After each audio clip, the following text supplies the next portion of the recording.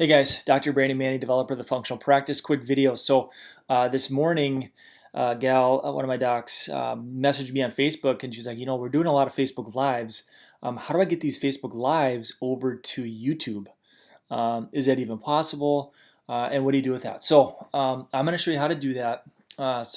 Just in case you've been doing a bunch of Facebook Lives and you want to get them over to YouTube, right? Because Facebook is a newspaper, YouTube is an evergreen sales machine.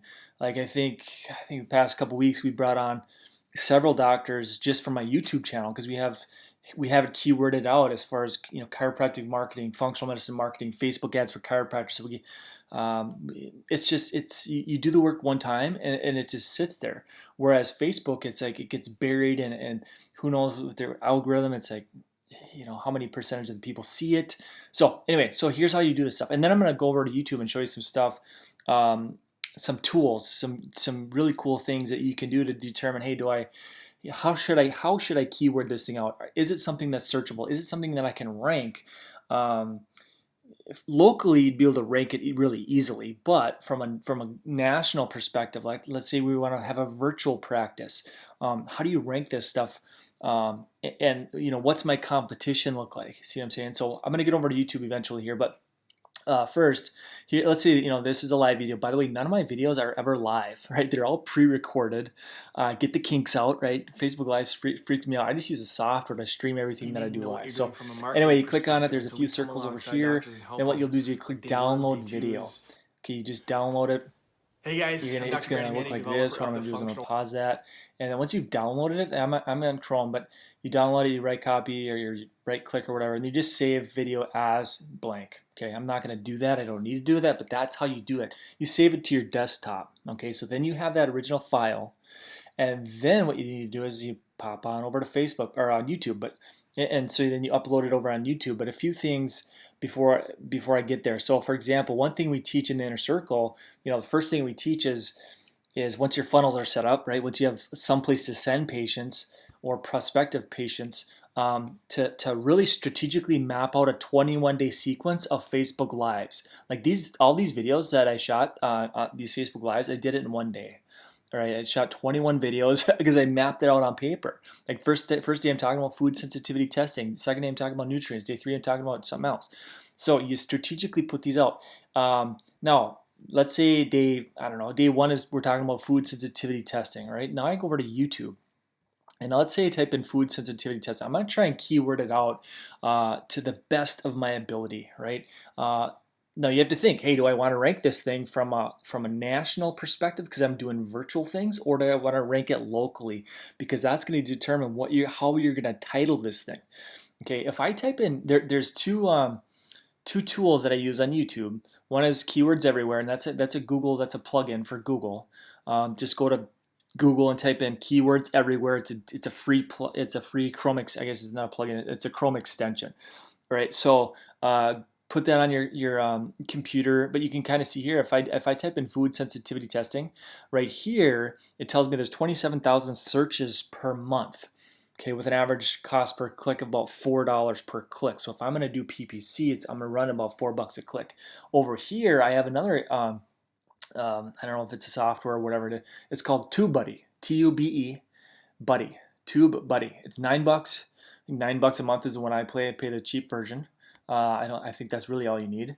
I think if you're bloggers and you're really digging deep into this stuff, you can go a little bit higher up, or if you have multiple accounts, or if you're an agency and that kind of stuff. But this gives me what I need to see. So if I'm going to try and rank a food sensitive a video with this as the keyword, right? Food sensitivity testing. It's given me the feedback of this is poor, right? The search volume is there. Search volume is good, but the competition, right? There's a lot of competition.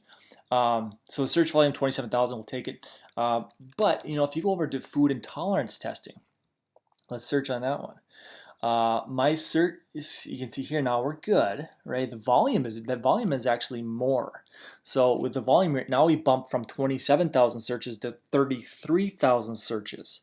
Okay, with an average cost per click about $2.39. So I cut my cost per click in half. I've got more volume. And now TubeBuddy is saying, hey, this is good. The search volume is there, and the competition is much less.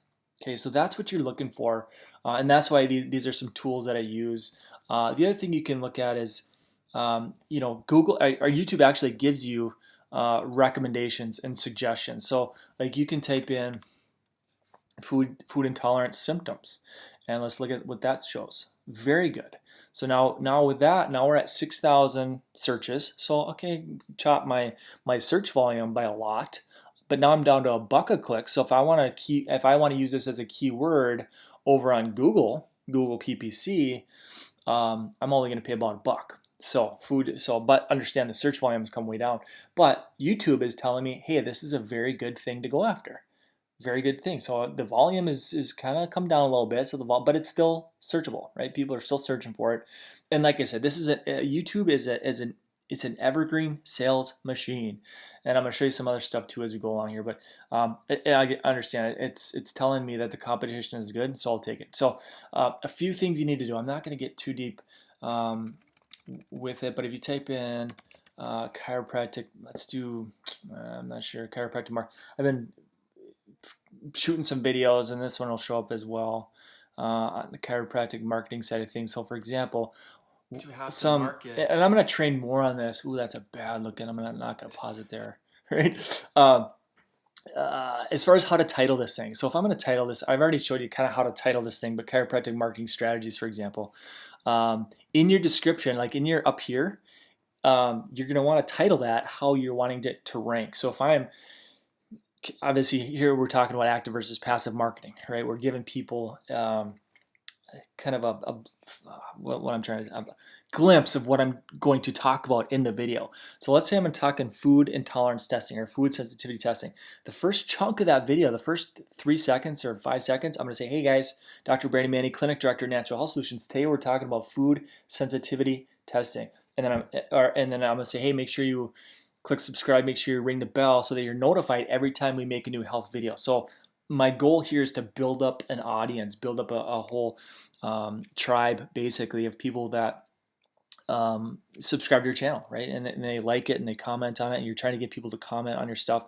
TubeBuddy actually gives you stuff like this. They give you best practices. So do you have a good thumbnail? Do you have the end screen added? Has it been shared on Twitter? I don't do much with Twitter. Is the comment pinned? Is it hearted? Are there captions added? They give you all sorts of tags. So, and it's just like check. So you're loaded up with tags. At the bottom we have the hashtags, the functional practice, chiropractic marketing, chiropractic marketing strategies, and you just load the content right here. But I was going to say, whatever you're trying to rank, let's say food sensitivity testing, and maybe it's your city or your town. You want your video popping really high onto page 1 of Google. Make sure this right here is the first thing that they're going to see down here as well. And you want this, ideally, this keyword you're trying to rank, you're going to sprinkle that throughout your content right here. Okay, and this is probably not the best example. This is just my chiropractic, my business, the coaching side of things. It's not really my clinical side. But ideally, that's going to be there. That's going to be there. Towards the bottom, here's your hashtags. And like I said too, you want to add a comment down here, right? You want to comment. YouTube is a lot like Facebook in the fact that they want engagement. They want you keeping people on YouTube. So the more people comment, they like on it, they share it, they heart it, like this kind of stuff, the better that it's going to do, the higher it's going to rank. Another key metric with YouTube is the amount of time somebody watches a video. So that's why, like, early on, most of my videos, I try and dangle a little bit of carrot, like, hey, if you watch to the end of the video, I'm going to show you how to get XYZ or whatever, PDF. Maybe it's a PDF of toxins that they should be avoiding. Get rid of the list of toxins from your kitchen immediately, or different things. I'm gonna give them a carrot to get them to watch the entire thing, because the more somebody watches your video, that helps your channel, that helps your YouTube channel, it's all about the user experience, and that goes with Facebook and YouTube as well. But if I click play on this video and I shut it off after 3 seconds, YouTube is gonna paddle your hiney, right? They're gonna bump you down. They're gonna spank you.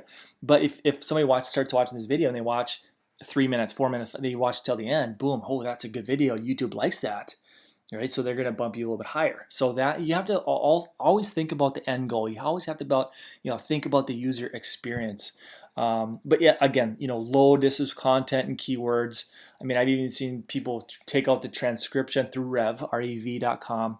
Rev.com put the description within, or the transcript within the description. I haven't really done with that, but that's one way to get all these keywords and what you're talking about into the content here. But yeah, I just write this out and I put other links to our different programs and books and whatever else you might have to offer. But take the URL as well. Take the URL and stick that at the very bottom as well. And I have not done that in this video, but that's a good thing to do. So I've just been really digging deep into YouTube and YouTube strategies, and that's our next project, is helping doctors go more virtual. And YouTube is a big pull in the water as far as virtual stuff, and either getting people on the phone and closing case fees over the phone, bigger case fees, $500, $600, $700, $1,000, whatever it might be, objective testing, food testing, nutrient testing, that kind of stuff. Or it's also great, it's evergreen sales machine where, hey, you write a book, you sell it for $37. That's what we do, $37 with a $100 upsell. So it's like $100, $100, $100, $100. That is another way, and that's more evergreen. That's scalable. Whereas if you're doing, gosh, that's a bad picture as well. Versus if you're, holy smokes, look at that. If you're doing something that's takes, you're getting on the phone with somebody, your call to action on your funnel website is click here for a free consultation, and you get on the phone. That is not scalable. So you need to determine, if you want to run a virtual practice, what is the end goal? Is it free? Is it time freedom? Right? Freedom, in which case I would say, hey, let's go more, passive stuff. Let's just write a book. Let's do something that's more passive, something that you can sell a lot of, a low-cost item that's very inexpensive that you can just sell all day long, and you just run the traffic to it. You run the content, and you run the Facebook ads, you run the YouTube videos, all that kind of stuff. Low cost, that does not require a phone call, all the way up to something that, hey, if you do want to get on a call, or maybe you have a team of people that can do calls, with you or for you, that kind of stuff, maybe that can be scalable if you can delegate some of this stuff. But two different paths you can go down in the world of virtual practice, and we're testing both models right now, and we're building out the virtual practice, which is kind of a sixth portal of the functional practice inner circle, which is the virtual side of things. So, but anyway, I'm rambling. I'm going to shut this off. But Doc asked this morning, hey, how do I take all my Facebook lives that I've done, and how do I scooch them on over to Facebook or onto YouTube, so that they sit and people can find my channel. I market my channel. They can go watch the videos that they find interest in, and what do I put in the description? How do I title this thing? How do I keyword it out? But these are some tools that I use. I use TubeBuddy.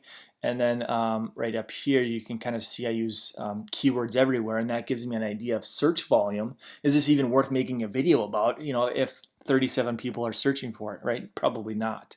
So that's a cool tool that I use, is keywords everywhere. And then this gives me a lot of feedback and recommendations too, as far as, do I want to make that video? Is there enough search volume, and or where's the competition, so that I can move high so a lot of people see my video. So, all right, guys, hopefully this video was helpful, and if you have any other questions, just let me know. Talk to you soon.